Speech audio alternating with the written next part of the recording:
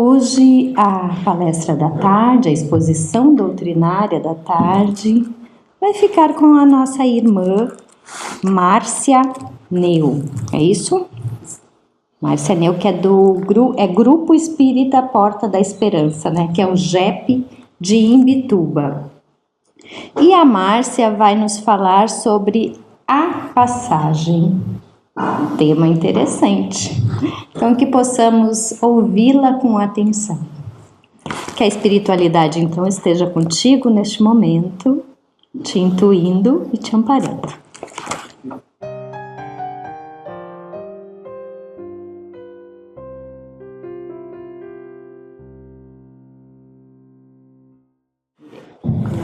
Um pouquinho mais alto, mas tá bom. Uma boa tarde a todos. É um prazer estar aqui, né? Eu vim de Imbituba e quando foi me convidado para conversar com vocês, né? Foi deixado o tema livre e o tema que eu escolhi era um tema parecido com o que a Ana ia fazer. E aí eu meditei mais um pouquinho e abri uma obra que eu já tinha lido, estava relendo, e caiu justamente um tema que eu achei muito interessante e desafiador, que é sobre a passagem, sobre o desencarne. Não é um tema muito agradável, porque a gente gosta de viver sem pensar que vamos morrer, não é verdade? Só nos deparamos com a morte quando perdemos alguém conhecido, como quando vamos num velório, que cai a nossa ficha e que a gente lembra que, olha, nós não estamos aqui para sempre, nós estamos aqui de passagem, né? E durante a nossa morte, no momento da nossa morte, a gente faz uma passagem, de fato uma passagem. Nós temos uma passagem, um ticket, com a hora da volta, e o dia, a volta e o horário, mas a gente não sabe. Mas tivemos o momento da entrada, né, da chegada, com o dia e hora marcada, que é o nosso aniversário. Mas não sabemos o nosso ticket de volta. Mas com certeza ele está comprado e está garantido. A gente não quer pensar sobre isso durante a nossa vida, né? A gente vive como se não tivéssemos nenhuma pretensão de desencarnar tão cedo, né? Até porque, à exceção dos nossos amigos que vivem em depressão, em situações difíceis, a maioria de nós tem muitas coisas para fazer, tem sempre muitas missões, muitos objetivos na vida, então a gente sempre imagina que vai ter muito tempo, e a gente não sabe quanto é este tempo. Então, a ideia, né, é a gente compreender a morte e a vida na visão espírita. Então, o objetivo é apresentar uma visão esclarecedora, um pouco esclarecedora, sobre a morte do corpo físico, à luz da doutrina espírita, propondo reflexões sobre como se preparar para essa transformação e como compreender a continuidade da vida após a morte. Utilizaremos um pouco do Livro dos Espíritos, Céu e Inferno, várias obras, né, que nós vamos aos poucos ir citando. Então, é com grande satisfação, né, que eu venho conversar com vocês sobre esse tema e me chamou a atenção também, porque quando a gente começa a trabalhar uma palestra, uma reflexão, muitas coisas chegam à nossa mão, né, e uma delas foi uma fala do Papa Francisco, que ele falou aos católicos, aos nossos irmãos católicos, que a morte não é o fim. E nós podemos complementar, como espíritas, né, dizendo que ela nos liberta do corpo físico, permitindo assim que o espírito continue sua jornada de evolução. Então, a gente vai utilizar um pouco da primeira obra básica, né, o Livro dos Espíritos, depois uma obra básica que muitas pessoas não leem, mas é maravilhosa, que é o Céu e o Inferno. Nesta obra, Allan Kardec consegue entrevistar espíritos recém-desencarnados, eles são chamados ao grupo mediúnico, e ele vai colhendo, então, várias percepções, várias orientações que eles vão passando no pós-morte. Um livro famoso que todos nós conhecemos é O Nosso Lar, né, maravilhoso também. Este que não é tão conhecido, mas é um livro bem interessante, bem didático, A Hora do Adeus. Mais dois que eu não trouxe aqui, que eu tenho no celular, um deles é Problema do Ser, do Destino e da Dor, de Leon Denis, uma obra maravilhosa também, que ele fala muito sobre a morte. Então, a gente começa compreendendo a morte a partir da vida, né? Porque Ao longo da nossa conversa, nós vamos entender como é morrer bem. E aí a gente pode dizer assim, mas coisa mórbida, né? Ficar falando de morte. Não, na verdade, ela faz parte da nossa vida, é um processo natural e todos nós sabemos que vamos ter um momento de desencarne. Então, é fundamental a gente entender um ponto, né? A morte é a continuidade da vida. A morte não extingue a vida. Nós temos apenas uma vida. Temos várias vidas? Não, temos uma vida. Agora temos vários desencarnes, com várias experiências. Há autores que apontam que a gente tem, em média, 80 reencarnações, mais ou menos, tivemos, aproximadamente.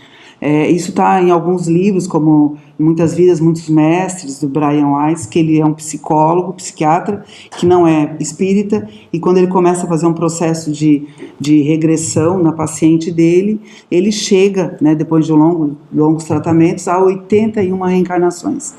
Então, é interessantíssimo, porque nós já desencarnamos 81 vezes, já tivemos 81 nascimentos também, né? Então, à luz do Livro dos Espíritos, na questão 149, até a questão 165, Kardec vai destacando, né, o que é a morte. E aí os Espíritos respondem, olha só, é apenas a separação do espírito do corpo físico.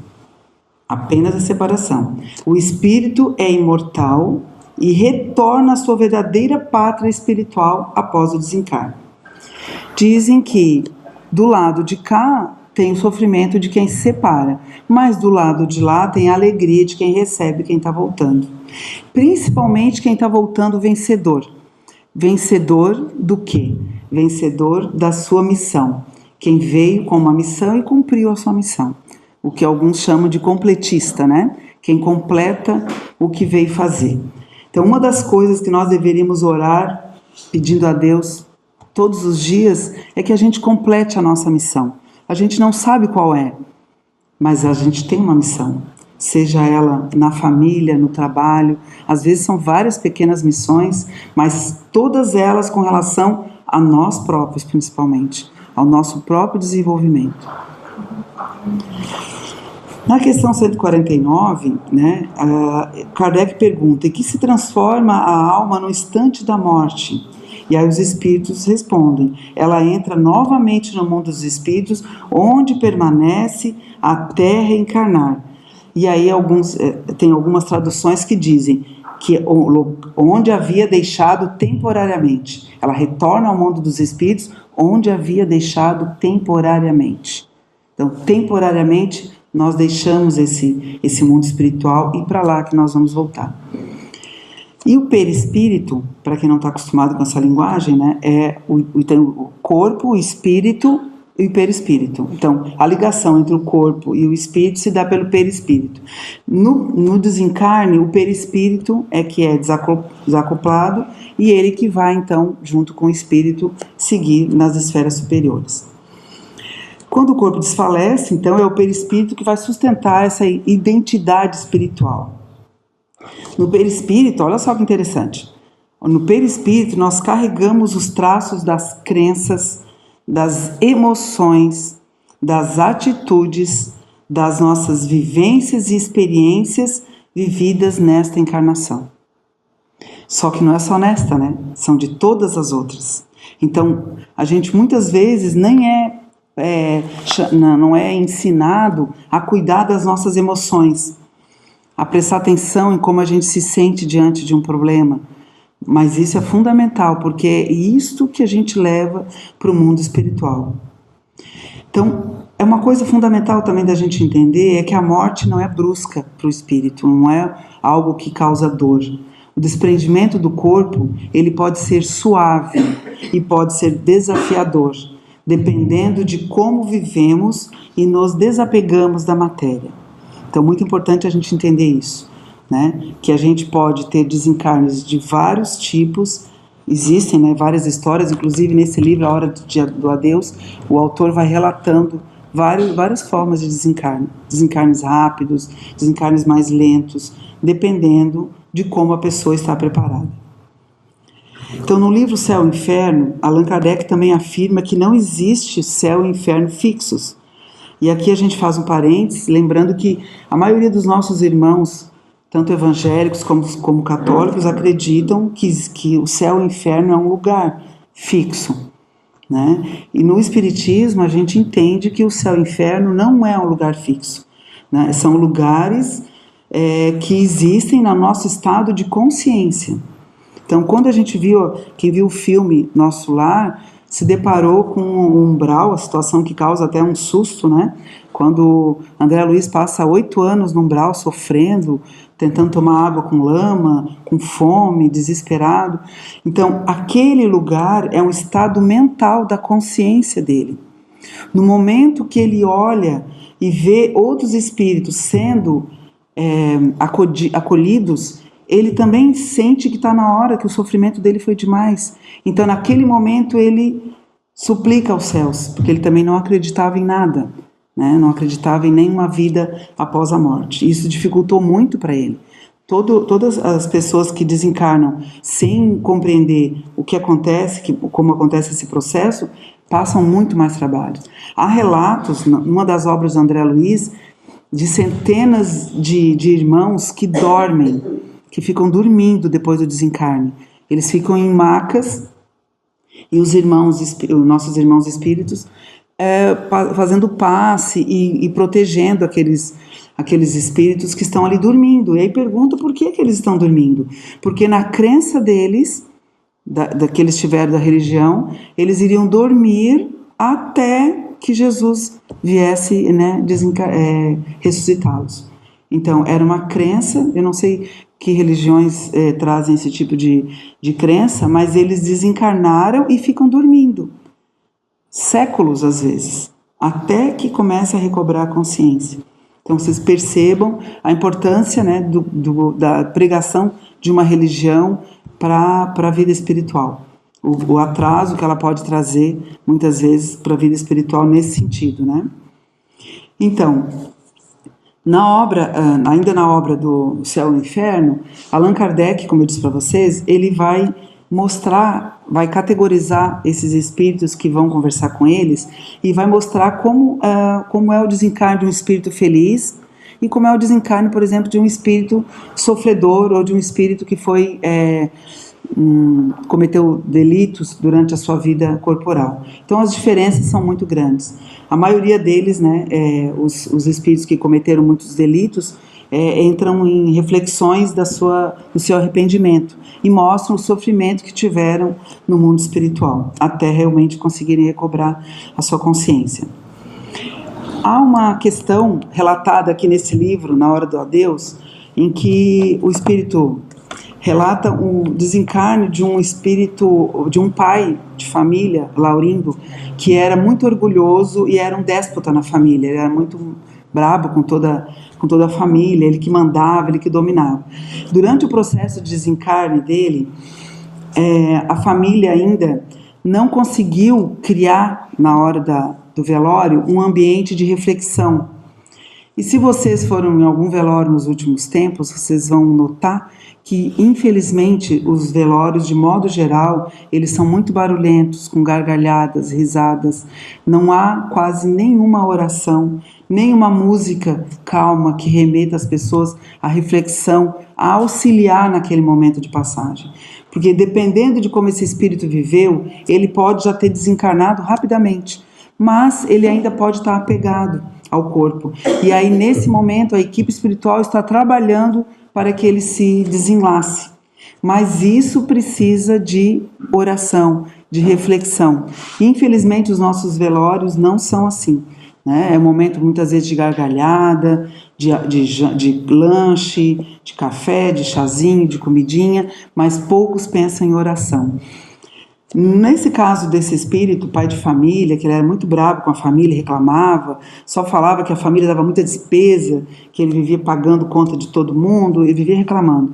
E aí a família se reúne e os amigos vêm, conversam e aquela coisa toda, e aí os espíritos dizem assim, não, tá difícil de fazer o desenlace, mas na hora que a família ficar mais sozinha, à noite a gente vai conseguir. E aí quando a família ficou sozinha, a mãe começou a orar e começou a lembrar dos momentos felizes que passou ao lado do marido, apesar dele ter sido um déspota, né, autoritário e muito reclamão das coisas na vida. Mas ela conseguiu lembrar os momentos felizes que passou ao lado dele. E isso foi fundamental para que os espíritos conseguissem fazer o desenlace desse irmão, né? Então percebam que não é momento de ficar relatando coisas complicadas, relacionamentos difíceis que houve com aquele que faleceu. Também não é necessário ficar relatando qualidades que a pessoa não tem, porque a gente não muda, a gente desencarna como a gente viveu. Não tem uma mudança. O que acontece é que se o espírito que está desencarnando, ele começa a ouvir toda aquela energia que não é tão boa, ele começa a se prender mais ao corpo. E aí realmente há uma dificuldade para esse desenlace. Então, a grande questão é que espíritos apegados à matéria ou à culpa, eles enfrentam mais angústia e começam demora um pouco mais para se reequilibrar, o processo é mais lento. No período de perturbação, todos passaremos por período de perturbação no pós-morte, né? É importante a gente lembrar que a morte é uma transição e que dependendo de como a gente está, a nossa consciência, a gente vai ter mais facilidade de realmente se libertar. Então, a gente pode ir concluindo, a gente vai ter mais reflexões, mas a gente pode fazer algumas pequenas considerações que tudo que vivemos e sentimos durante a nossa vida inteira nos molda no pós-morte, nos prepara após a nossa morte. Então, uma coisa fundamental para nós pensarmos é cultivar bons pensamentos, cultivar bons sentimentos, né? Evitar mágoa. Uma das coisas que mais causa problema no mundo espiritual é as pessoas que desencarnam com mágoa, com não perdão, né? Eu odeio aquela pessoa, nunca vou perdoar. Esse tipo de situação é uma situação extremamente complicada para quem desencarna. Então, lembremos-nos todos os dias que nós experimentamos um pouco da morte. Durante o nosso sono, quando a gente dorme, quando a gente deita, dorme, e alguns lembram do sonho, nós estamos ali num processo de preparação para a morte. Porque a gente vai para o mundo espiritual quando a gente desencarna quando a gente sonha, a gente vai para lugares que a gente não recorda muitas vezes, mas a gente às vezes recorda de bons sentimentos, de boas sensações. Então é fundamental a gente lembrar que a hora do sono é uma preparação para o desencarne. E aí não dá tanto medo, né? Então, Leon Denis que dizia, né? O sono é irmão da morte. No livro Nosso Lar, como eu já disse, André Luiz, depois de ter passado por um longo período de perturbação, criado pelo seu consciente no umbral, ele deixa bem claro no primeiro capítulo: acendei a vossa luz antes de atravessar a grande sombra, buscai a verdade antes da surpresa, suai agora, suor, pode suar à vontade, trabalhar bastante, para não chorar depois. Então, não reclamemos do trabalho que a gente está passando agora. Não reclamemos das dificuldades, das situações, muitas vezes, das nossas famílias. Não reclamemos disso. Vamos agir com fé, com esperança, porque a partir do momento que a gente abarca essa experiência, abraça essa experiência, vai nos facilitar também o nosso desencarne. A gente vai estar mais leve, fazendo todo o possível para estarmos felizes. No mundo espiritual. Existem vários relatos de espíritos contando que nosso maior desafio está na família, não está em realizar grandes obras. Às vezes a gente vem aqui achando que a nossa missão é realizar grandes obras, né? Fazer um orfanato, fazer uma coisa muito importante. Não, nossa maior obra é a família. Nada adianta a gente realizar grandes obras e a nossa família viver um caos, que as pessoas não se perdoam, não se amam, e nós mesmos não temos paciência com aqueles que amamos, né? Ou aqueles que convivemos. Então, é fundamental a gente entender que é no lar o nosso maior desafio. Então, acender a vossa luz para atravessar a grande sombra é permitir que as experiências que nós estamos vivendo realmente tenham significado. E que nós percebamos nas experiências que passamos aquilo que a gente de fato tem que aprender. Muitas vezes a gente vive dizendo que quer ter paciência, mas Deus nos dá experiências para sermos pacientes. E a gente às vezes reclama disso. Não tem mais paciência, mas a gente veio aqui para testar, para aprender algumas coisas. Às vezes pode ser a paciência que a gente ainda não tem. E assim, tantas outras, né? Então, morrer bem significa viver bem. Cultivar o perdão, a caridade, o desapego das ilusões materiais e o amor ao próximo. O fortalecimento dos valores espirituais é o maior legado que podemos deixar. A importância da reforma íntima, do autoconhecimento para encontrar a serenidade no momento derradeiro. Muitos de nós passamos a nossa vida inteira sem nos conhecermos. Temos reações que às vezes nem nós sabíamos que poderíamos ter diante de situações diferenciadas, né, de problemas diferenciados. Então, o que nos cabe e o que a doutrina espírita nos chama a atenção o tempo inteiro? Prestemos atenção nas nossas emoções, nas nossas ações, nos nossos jeitos de agir, nas nossas palavras. Muitas vezes que a gente fala brincando, tem um significado. Procuremos nos conhecer para entender qual é o gatilho que nos leva a ter aquele tipo de reação. O que eu posso fazer, né, para me preparar para a grande passagem? Então, um dos pilares fundamental do desencarne é o desapego. Sabe aquela roupa que a gente não quer dar, não quer vender, não quer, aquele sapato que a gente ama de paixão, usa pouco, mas gosta demais e se estraga. Sabe aquela roupa que às vezes estava lá cuidando e alguém vai lá lavar e mancha de água sanitária? Aí você fica indignada, minha roupa preferida. É uma preparação para o desencarne, para o desapego. Quando a gente gosta demais das coisas materiais, a gente está numa prisão.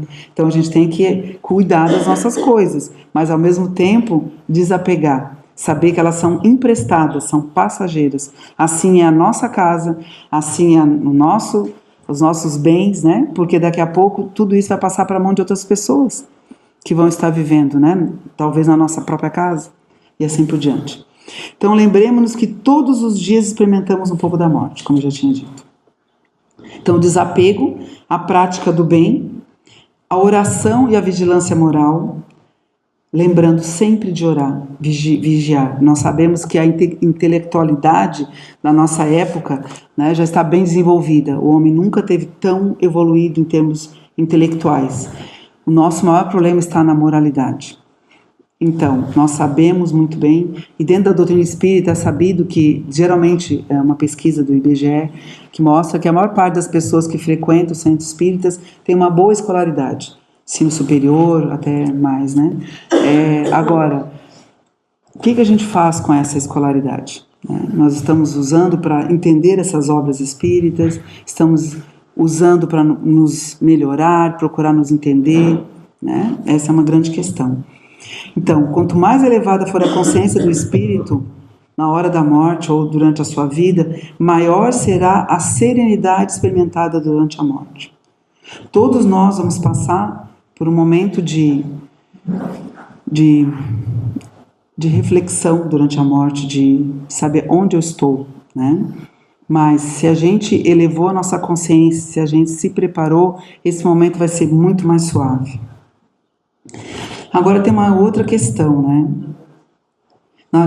A questão 150b pergunta o seguinte: a alma não leva nada deste mundo? Allan Kardec pergunta. E eles respondem: nada mais que lembranças e desejo de ir para um mundo melhor. Essa lembrança é cheia de doçura e de amargor, segundo o emprego que se tenha dado durante a vida. Quanto mais pura for a sua vida, maior será a sua recompensa. Quanto mais elevada for a nossa consciência, maior será a nossa recompensa. Agora a gente pode estar pensando o seguinte: tá, eu posso me preparar para o meu desencarne, mas eu não suportaria o desencarne de um familiar meu, uma pessoa que eu amo. Como lidar com o desencarne de uma pessoa querida? Esse é um desafio, talvez, para nós, um dos maiores, né? Então, o Livro dos Espíritos e todas as obras também vão mostrando para a gente que o nosso desespero durante o desencarne de um familiar, de uma pessoa que nós amamos, é o maior problema que nós podemos criar para esse irmão. Agora, a gente não pode confundir desespero com chorar. Tem pessoas que dizem assim, você é espírita, não pode chorar. Isso é um grande engano, né? A gente pode chorar sim. O que a gente não pode é se desesperar. São coisas diferentes. O desespero é quando a pessoa não aceita, considera que aquele irmão poderia ficar mais um pouco. Eu tenho relatos de pessoas que afirmam que mesmo tendo uma pessoa que ama acamada há 10 anos, ainda preferia que a pessoa continuasse como estava, ao seu lado, acamada. E nós, mostrando o nosso egoísmo, consideramos que não aceitaríamos que essa pessoa, com tanto sofrimento, né, numa cama, não poderia estar libertada do seu sofrimento, porque nós, egoisticamente, gostaríamos que ela ficasse mais um pouco conosco. Pessoas que entram em processo de depressão porque familiares doentes, né, com doença grave, com muita dor, desencarnaram. Então, meus irmãos, a gente sabe que nós, durante a nossa vida, a gente tem muitos momentos de egoísmo. E durante a morte de familiares, principalmente daqueles que estão doentes, a gente mostra muito mais a nossa forma de ser egoísta, né? Então, é fundamental que a gente perceba, na hora da morte de um familiar, a oração, a prece. A prece como uma conversa, como um diálogo, banhando esse nosso irmão de esperança, de vitalidade, de força para que ele continue a sua caminhada. É fundamental que a gente perceba e mantenha memórias felizes dessas pessoas, porque todos nós temos memórias tristes e memórias felizes, mas durante um determinado período mantenhamos momentos felizes, reflexões felizes de como foi a vida dessa pessoa na Terra. Direcionemos, né, boas vibrações para que ela possa receber no mundo espiritual. Também na obra do Nosso Lar, e aí é bom porque muitas pessoas às vezes não leem o livro, mas viram o filme, André Luiz tenta ver quem é que orava por ele. E durante o período que eles resgatam essas orações, apenas a mãe dele, que já estava desencarnada, orou por ele, e uma senhora que ele fazia uma caridade meio contrariado, assim, ele não atendia ela de bom gosto, era a secretária que dizia para atender aquela senhora. Essa senhora orou por ele, orou e disse, ele era um bom homem, né? Era um homem bom, então seja acolhido no mundo espiritual. E ele sofre muito quando vê isso. Por que ninguém mais orou por ele? Porque a família dele, ninguém tinha fé. Ninguém acreditava na vida após a morte. Então a oração ficou, né, somente com essas duas pessoas. Uma outra coisa muito legal, assim, que é um livro que eu não falei antes, que é a Violetas na Janela. É um livro que foi um dos primeiros que eu acho que a maioria lê, né? Uma obra maravilhosa que mostra a mãe da Patrícia, que é uma menina que desencarna com 19 anos, e ela foi recebida pela avó no mundo espiritual, e ela começa a perguntar por que ela desencarnou tão cedo, por que deu, né, esse problema, deu um aneurisma, e a avó disse, não, você tinha só esse período para ficar no mundo espiritual, no mundo de encarnação, era 19 anos. E a sua mãe, como espírita, sofreu, chorou, mas ela via as violetas na janela quando elas abriam as flores, e a filha gostava muito. Então ela olhava para aquelas flores e oferecia para a filha. E essas flores se materializavam no mundo espiritual, onde a filha estava. E aí a filha lembrava, né, que a mãe então estava pensando nela com carinho e com amor. Então realmente a gente pode oferecer, né, coisas bonitas que os nossos amigos gostavam e ainda gostam, e a gente oferecer para eles como uma forma de amor. Encarar a morte com esperança. Esse é o nosso principal papel na doutrina espírita. Lembrar que a morte nos ensina sobre a imortalidade, né, da alma, que nos dá a certeza do reencontro com aqueles que já desencarnaram. A morte, para Leon Denis, é o nascer para uma outra dimensão. Não esqueçamos que a alma é eterna o tempo inteiro e progride sempre. Só para a gente fazer uma outra reflexão, como as coisas muitas vezes acontecem, né? Em Portugal, no século XVIII, mais ou menos, principalmente na cidade do Porto, Existe uma música comum, você já deve ter escutado, é o fado. Uma música geralmente cantada por mulheres, porque elas iam até o porto se despedir dos maridos, dos filhos, dos irmãos, que pegavam um navio para atravessar o oceano e a maioria nunca mais retornava. Então eles tinham a certeza de que aquela viagem ia ser no último momento que eles iam encontrar aquele familiar. Então o fado é uma música muito triste, de muito lamento das mulheres que ficavam sofrendo no porto, na cidade do Porto.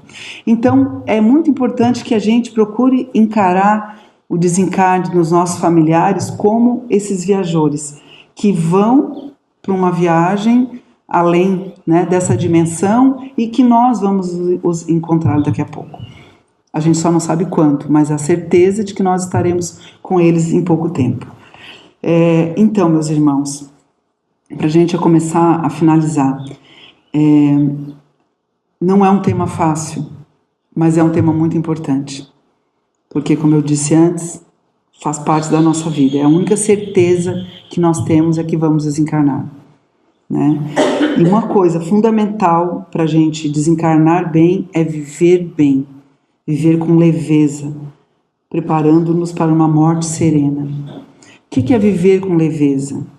Não se apavorar diante das situações, pensar que tudo vai passar, que situações muitas vezes difíceis que a gente passa, a gente se apavora, né? Mas como que vai acontecer isso? Eu perdi o emprego, aconteceu tal coisa. Muitas vezes aquilo é só um tropecinho, uma coisa que lá adiante vai lhe causar um outro benefício. Lembremos que nós já tivemos uma média de 80 reencarnações.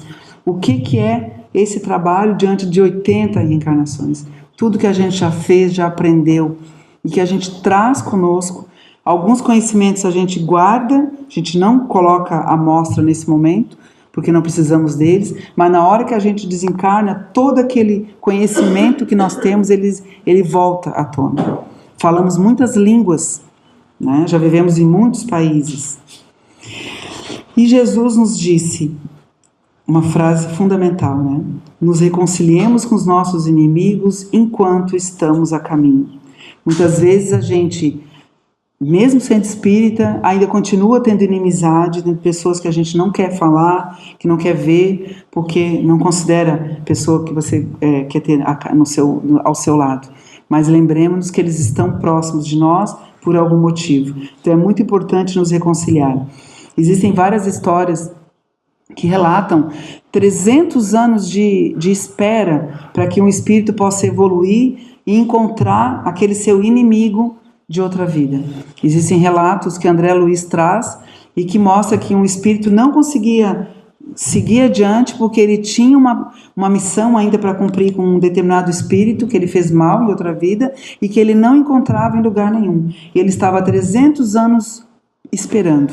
Então não é à toa que Jesus diz isso, né? Aliás, nenhuma frase de Jesus é à toa, né? Mas ele fala fundamentalmente: reconciliemos com os nossos inimigos.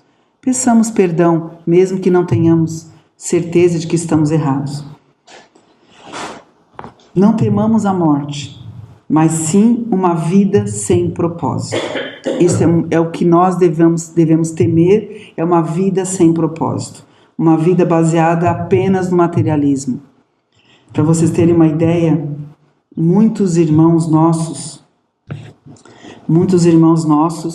quando caem no sono, vão passear em shopping center, vão para bares, vão para lugares de baixa vibração, porque não há uma preparação para o sono, porque é onde que está o seu coração. Então pensemos nisso, como a gente está se preparando para o nosso sono, é como também a gente está se preparando para o nosso desencarne. E aí, parafraseando André Luiz, que diz na sua introdução, ele diz, né? Uma existência é um ato, um corpo é uma veste, um século, um dia, um serviço, uma experiência, um triunfo, uma aquisição, e a morte, o sopro renovador da vida. Irmãos, que essas reflexões, né, sejam uma semente plantada no nosso coração, que possamos de vez em quando lembrar que todos os dias nós experimentamos um pouco da morte, do desencarne durante o nosso sono. Preparemos-nos para o nosso sono, como quem se prepara também para colocar um pijama, para botar uma pantufa, né? Tomando um chazinho. Preparemos também o nosso sono, lendo uma obra edificante, não dormindo na frente da televisão, com filmes violentos muitas vezes, porque a gente não está acostumado a preparar o nosso sono. Preparemos o nosso sono com esse cuidado, como a gente prepara e higieniza a nossa cama, nossa roupa, né? Então, com isso a gente começa a entender um pouco mais sobre a morte. Espero que essas reflexões sirvam a todos nós, né? Porque assim como vocês, também considero muito importante para a nossa atual existência. Muito obrigada, estejamos todos em paz e com Deus.